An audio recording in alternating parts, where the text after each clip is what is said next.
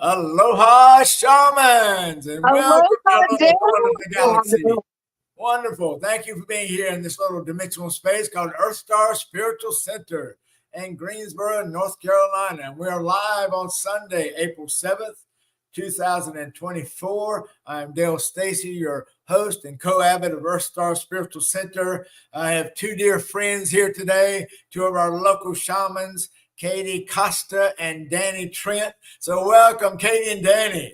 Thank you. Thanks so much for having us on today, Dale. We are so grateful. Great to be here, Dale. Yes, wonderful to be together at any time, and especially today when we speak about shamanism, universal connection, and maybe a little bit about our wonderful cosmic event tomorrow, our solar eclipse. So let me show everybody the first slide so you'll know that this is what we'll talk about today. So April 7th, 2024, shamanism and the solar eclipse. Good. Well, let me introduce Katie and Danny. So they're both our local shamans. They do tons of spiritual work, energy awareness, aloha consciousness. So Katie, Danny, go ahead and introduce yourself for those who have been living under a rock and they don't know who Katie Costa is with her 30,000 plus subscribers on YouTube. So Katie, go ahead. Hey, everybody. I'm Katie, also known as the Weather Shaman on YouTube. I create ASMR Reiki videos and meditation videos to help you relax and unwind and take a break from the stressful world and to just kind of go into a meditative state. And this is my beautiful fiance, Danny Trent, and he has a YouTube channel as well. He's a musician, a drummer, and he creates drumming videos, and he is also a part of a Christian rock band called U-Turn. And tell him more, Danny. Well, hey, it's great to be here. Thank you, Katie. Katie is my beautiful fiance, and Katie and I have known each other for about 11 years. And my spiritual journey, awakening, actually began over 2 decades ago. I was intuitively drawn to get outside the box and didn't quite know why, but I was drawn to the first book that I bought was a book about moon time and the phases of the moon and the effects that the moon has on our planet and solar system. And it kind of went from there. And I got into naturopathic medicine and herbs and things like that. And Katie and I, it was God sent. She and I have known each other, like I said, over 11 years. And first time I met her, I brought a tuning fork to a gathering place, and she said, "What's up with this guy with the tuning fork?" So there was a method to my madness. I was trying to attract her attention, and we began talking about different things. And she took me to over to EarthStar. That's where I met Dale and Jeanne, and it really opened my eyes and began going deeper into this spiritual awakening. And I am so grateful for that. It's great to be here. And Thank you. Is Sheila, too. Yeah, this Sheila. is Sheila. The guinea pig, right? Yes. Okay, good. Wonderful. I imagine she's psychic also, like y'all are. So yes, good. She is. Okay. Well, Danny, it's a great meeting up story. You know, most guys, you know, we're taught when we read all the magazines for starting relationships, maybe try to have a little puppy or have a cat. But I've never heard of the tuning fork. I think that is a great way. If you want to find a shaman date, yeah, find a tuning fork, have a Tibetan bell, something like that. That's wonderful. Yeah, that's and great. it was the love frequency. It was 528 hertz. So he was trying to lure me with the love frequency. Oh, that's wonderful. I'm not going to say I stalked her, but I was always in the vicinity when she was around. and you created well. I commend you, brother. You did great. Thank you. All right. Well, Katie, we know that you're an intuitive and also you're ASMR. So for those of the folks that see that little acronym at the end of your name, could you tell us what that means so they'll know? It means autonomous sensory meridian response, and it's a form of meditation. It helps to calm the brainwave states down, and for people that are like hypersensitive to certain sounds, it helps with tinnitus, it helps with anxiety and panic, and it's just like calming tapping noises like this, or whispering, or hearing nature sounds, and it helps to just calm the brain waves down. Oh, that's great.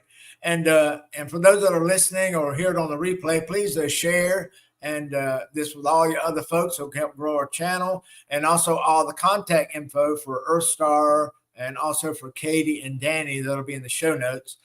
So Katie, I put on there as much as I could. It told me I was too long-winded on the the number of words, so I cut down some of it, but I've got most of your information on the show. Okay. Yeah. So that'd be great. And if there's anything on there later on, let me know and I'll add it. Okay. Cool. Thank you. So, all right. So we want to talk about then, let's bring our slide up again. So shamanism and the solar eclipse.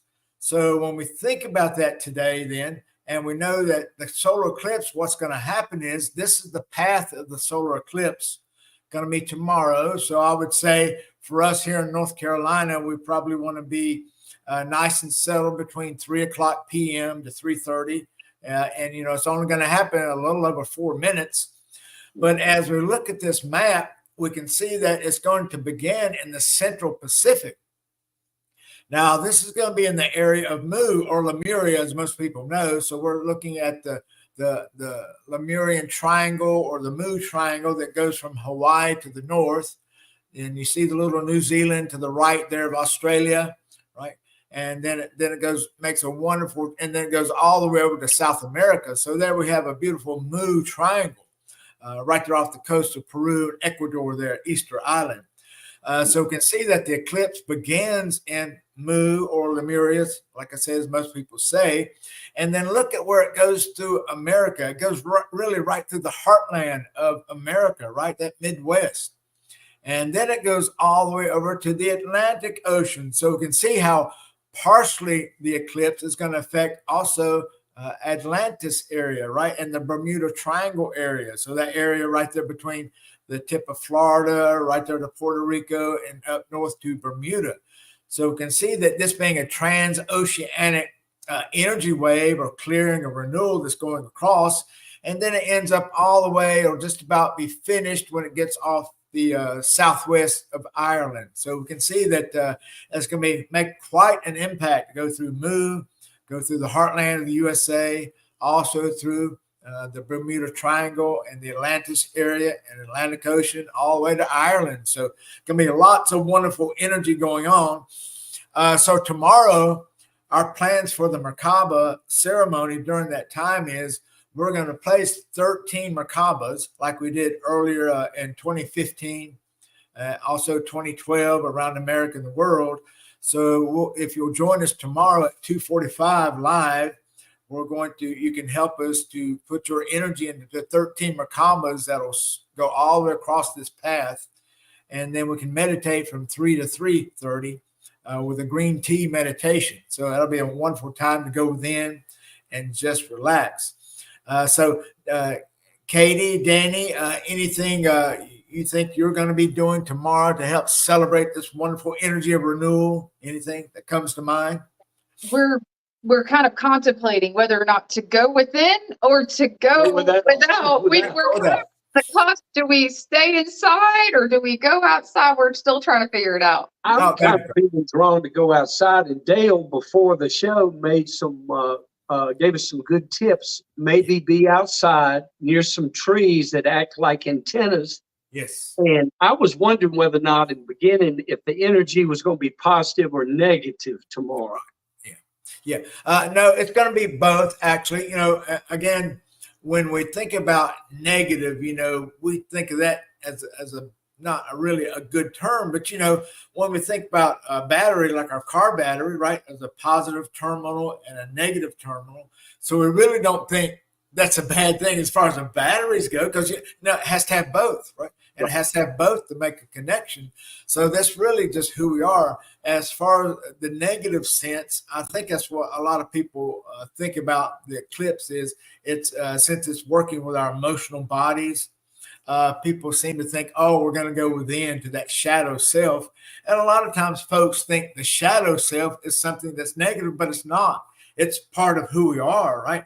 And this part that has made us who we are and our greater earth superpowered self. So yeah, I think it's a wonderful time to experience some inner work, to experience our shadow self, realize that our shadow self helps to make our greater light self, our light body, our enlightened body. So we really don't want to say that's a bad thing. It's just we don't want to dwell on that, right? We want to dwell on the light that's in and all around us. So we kind of can use the darker negative side, so to speak, to help us to realize our path to the light and in the light. So yeah, I think it's both good and bad. It would be bad, I would say, that's a relative term, but if people are going to just dwell on that, if you're just going to live in that so-called depressed, unhappy, allow your life to be identified by something that's some sort of trauma, some sort of what you deem to be failures in your life, right? If you're going to live in that aspect, that mindset, yeah, I could see how, yeah, it can be very negative, so to speak, because that's not who you are, right? We know that you're an empowered, divine child of God, full of Aloha consciousness. So that's what we want to focus on, that. You know, Dale, I was watching a video yesterday, and a young lady was addressing trauma and addiction and other negative aspects that go on in our psyche and ourselves. She said, in her opinion, the main way to get through any trauma or addiction is to sit still, and no matter how painful it is, to meditate and draw within and go through the aspect, meditate on what you're addicted to, whatever the trauma is, and sit there and feel it and meditate and not be afraid to face it. And she said that, in her opinion, is one of the main ways to get out of anything like that. It's kind of, sounds like it's kind of what you're speaking of. Yes, that's an excellent way to explain it also. And then when we want to take it one step farther, you know, it's almost like you know, what we learned in church. It's great to do prayers. That's wonderful because it sets an intention. But, you know, as the saying goes, we got to put feet to those prayers. So we have to have some action, right?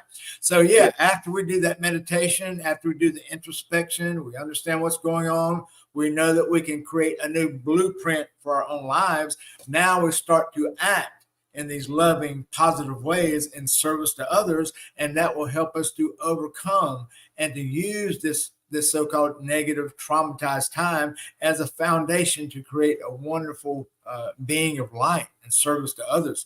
So yeah, it's a wonderful thing to do, to understand it mentally. And then physically, we add feet to our actions, create new blueprints, and that helps our spirit to create this new reality in our life, and it'll continue the inspiration. Yeah, that's a wonderful way to deal with it. That way it's mind, body, and spirit. Because, you know, like we've talked about, you know, amongst ourselves, and we were at the conference a couple weekends ago in Emerald Isle, you know, and Katie and Danny were there also with us. You know, we talked about how healing requires, you know, mind, body, and spirit is how we create. So if we created any condition, well, it was created with mind, body, and spirit. So that means the way to create a new blueprint of wellness and happiness, then it has to be with mind, body, and spirit. So yeah, beautiful example of that, Danny. So we have to think about it. We have to take it in. We have to do our introspection. And then we add some physical movements to that, new plans of action. And then our spirit helps us to create that new reality. So that's a wonderful way to thinking of mind, body, and spirit. And the Merkaba, when you were talking about that, you know, we've talked about the Merkaba light body activation as a means of like an energetic shield around us to help us transmute anything in the outside world that, you know, might be bothersome. We've got a Merkaba right here. Oh, wonderful. Yeah, there it goes. Oh, wonderful. And you said it's made of amethyst. Beautiful. Amethyst and gold. Oh, God, that's great.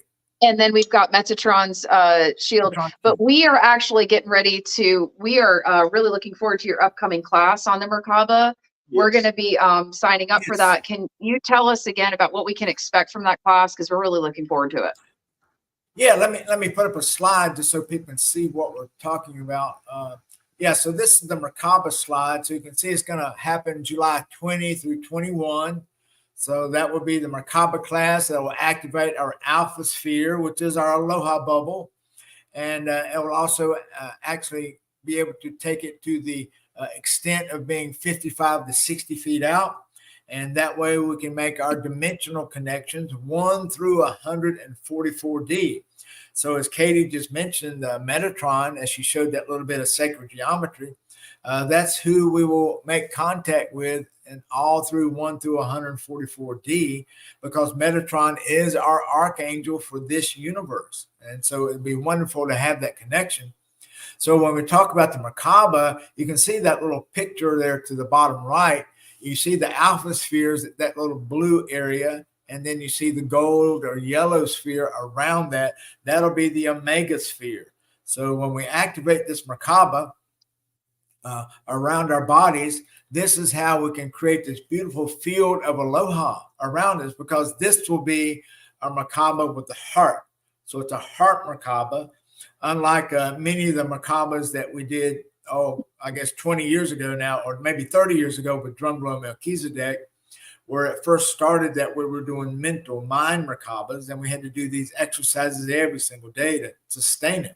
But now in 2015, he taught us the cosmic heart Merkaba. And this is a feminine-based, love, aloha-based Merkaba. And so once we activate it around our bodies, which has been dormant since Atlantis for most of us. Okay?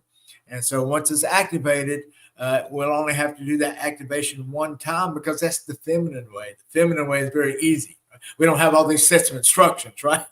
Guys, we got a little how-to book, right? We've got to do stuff. So the feminine way is to go into the heart, open up the heart, and to create this alpha sphere and omega sphere around us, and that will stay with us until our earthly body comes to a demise at any particular time.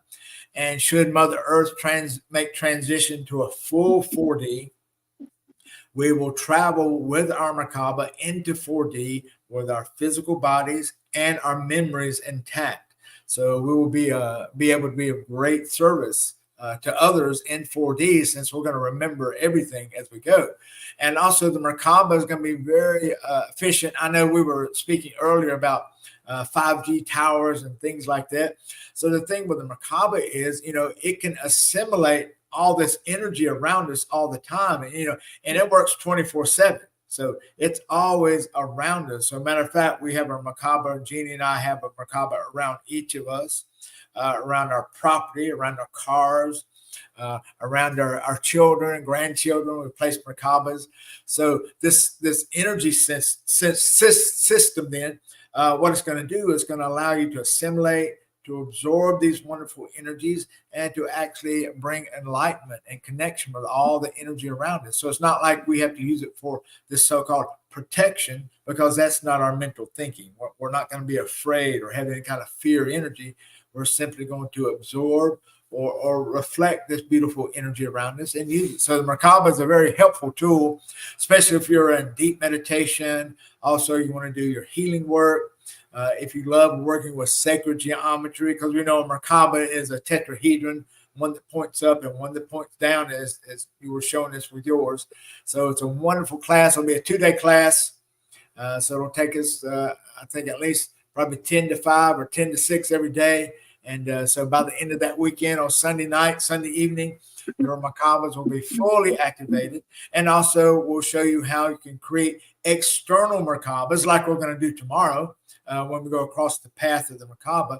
But you can do these little external Merkabas everywhere you go, so that you're sharing your love and aloha with Mother Earth and with other people.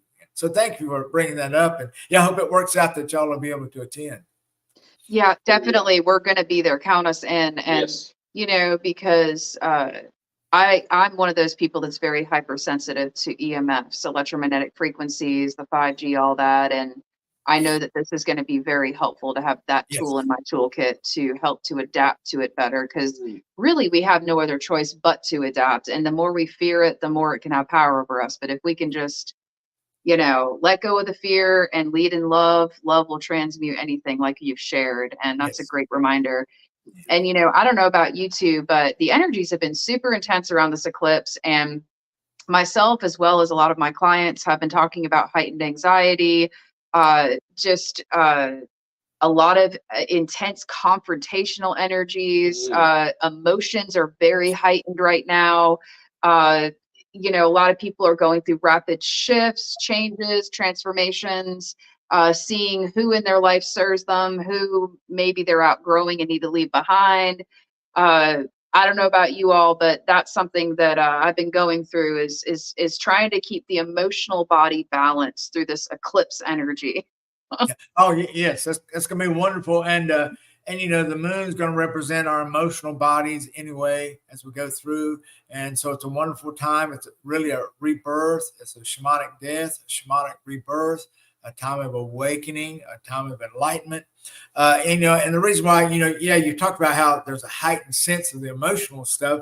You know, I guess a good visual if I could give you is imagine when you push, let's say you have a concrete pad somewhere and it's full of water and you're using a broom or a squeegee to push that water off. Well, right at the edge of that broom or squeegee, the water is going to mound up, where you push it and it mounds up and it's a little bit higher than the surface water. So that's what's happening. So as all this wonderful energy is pushing forward, as the moon, the sun, the earth, they're all trying to align here for this eclipse. We have that little mound of water is bubbled up right there at the beginning of that broom and squeegee. So it's the same thing for us. And that's what people are feeling right now, even those who may not be so sensitive to it, but they really do feel it now. So it's nice to be aware of it. And it's especially nice to express that so it can help people to know, no, you're not going crazy. No, things aren't just happening willy-nilly. They're happening on purpose, right? This is a great cosmic event.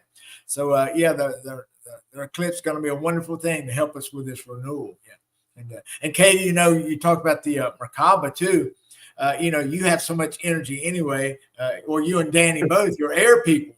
So, you have all this hummingbird energy anyway that you're just all over the place. So I can imagine when you assimilate this Merkaba and you pull in this 5G energy, goodness, talk about supercharging you. You're really going to be supercharged. So yeah, it's going to really ramp up for you with that energy. So you'll have to find a way to temper that somewhat, because otherwise you're going to be all over the world in like seconds. So that'll be great. Gosh. Yeah. Grounding is essential. That's one thing that Dale, you helped me to learn in my studies with you at EarthStar Spiritual Centers. The importance of grounding in this 3D is daunting as it sounds. We have to be able to bring in the spiritual into this 3D physicality and learn how to ground into it. I know for me, what helps me is literally taking my shoes off and placing my bare feet on Mother Earth when I start getting way out there. Danny and I did that the other day in the backyard here. We just took off our shoes, sat in the grass, put our bare feet on the grass, and it felt so good. It shifted my whole day. If I can remember to do that just every day, it helps a lot. Yes.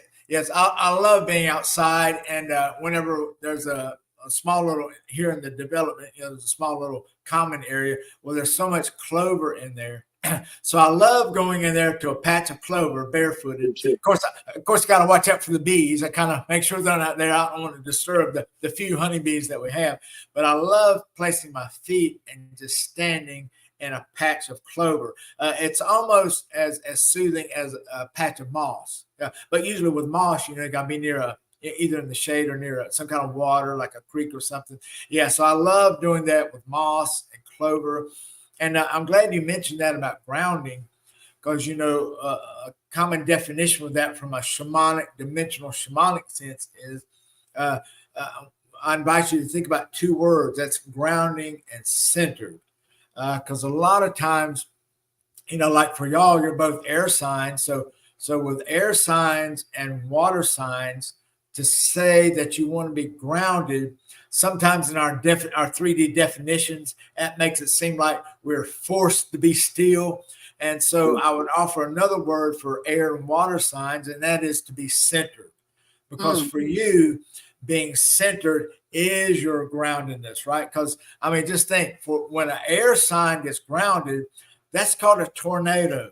So that's not necessarily a good thing for all those in the path of a tornado. For water signs, for water to become grounded, well, that can be likened to a flood. So again, that's not necessarily a good thing. Now, earth signs and fire signs, we can be grounded. Matter of fact, fire signs can be centered also. That's why we can use natural gas, campfires, and candles. We can use that safely because it can be grounded. Okay. So, but for water and air signs, though, think about being centered. Think about being in your heart. So centered being Father Sky and Mother Earth. And so you're in your heart. That way it won't make it seem like you have to be attached to something so much, because this is your grounding, but it's just a different word. It's centering. And that provides flow for you. And, air signs and water signs, you have got to have flow, because, you can't be stagnant in any way, because you're always moving. And so that helps with that. Yeah. So, yeah, definitely find yourself become centered, become grounded, and again, be attached to Mother Earth, Father, Son. Matter of fact, tomorrow when we do our little ceremony between 2:45 and 3:30 when we go live, we'll do a unity breath ceremony. Just a nice simple breath to attach to Mother Earth, and then attach to Father Sky, and then to bring all that right into the interior, to our child, our heart. And so we'll do that right before the tea ceremony and the Merkaba meditation. So that'll be great tomorrow. So thank you for that, Katie. Yeah, wonderful thing to do. Nice and simple as going outside, being between Mother Earth and Father Sky. Yes, that's great. Yeah, wonderful. Good perspective. Thank you. Yeah. And so now, if you think about going outside tomorrow, will y'all be around some water, or is it just going to be in a part where you'll be in the shade? If we do, there'll be some trees and there'll be a stream. Oh, wonderful. Good. Yeah. So that way we've got Mother Earth. So you got the element of earth, got the element of water. Then you have the sun, so the element of fire. And, of course, we have air. So that'd be wonderful. Burn a little sage, offer a little tobacco, a little sweet grass. That'll be wonderful with that. Yeah. Cool. Yeah. And I think especially if you, especially if you're under those trees, and you're in the shade part there, that way those trees will act like an antenna and pull in all that wonderful energy.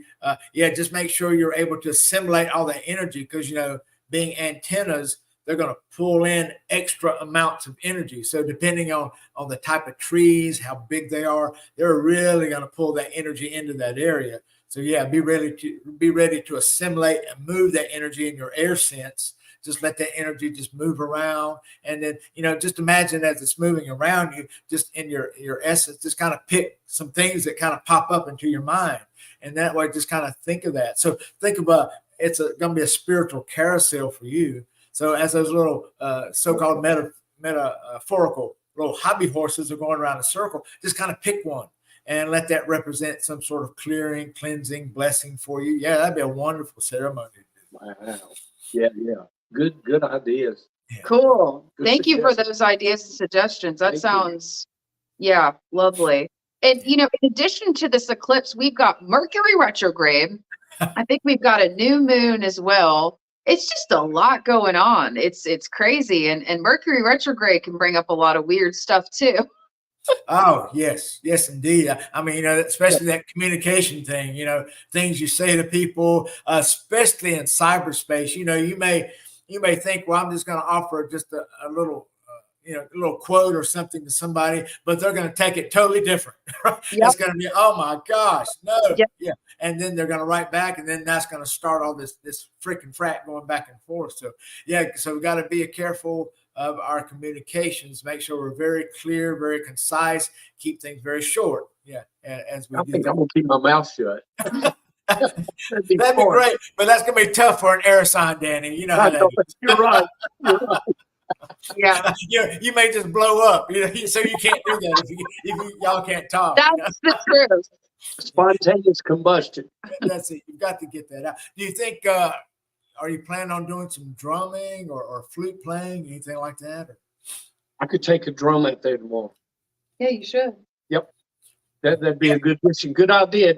I would have never thought about that. Thank you for reminding me, Dale.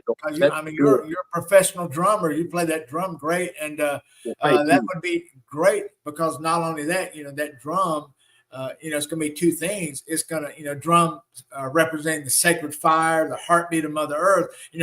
When you're doing those drum beats, so you're going to be vibrating up to the moon and the sun, and then the moon and the sun, they're going to be giving that energy back to you. So you're going to have this wonderful exchange of energy, this flow going back and forth. And I think it could be a magical time. Yeah. And and especially if you allow people to be in that little bubble of stillness, as as you create that wonderful aloha bubble around your area there, allow people, help people to do their own personal aloha bubble around themselves. That way, everyone will have an aloha bubble, but yet they'll be within this greater bubble.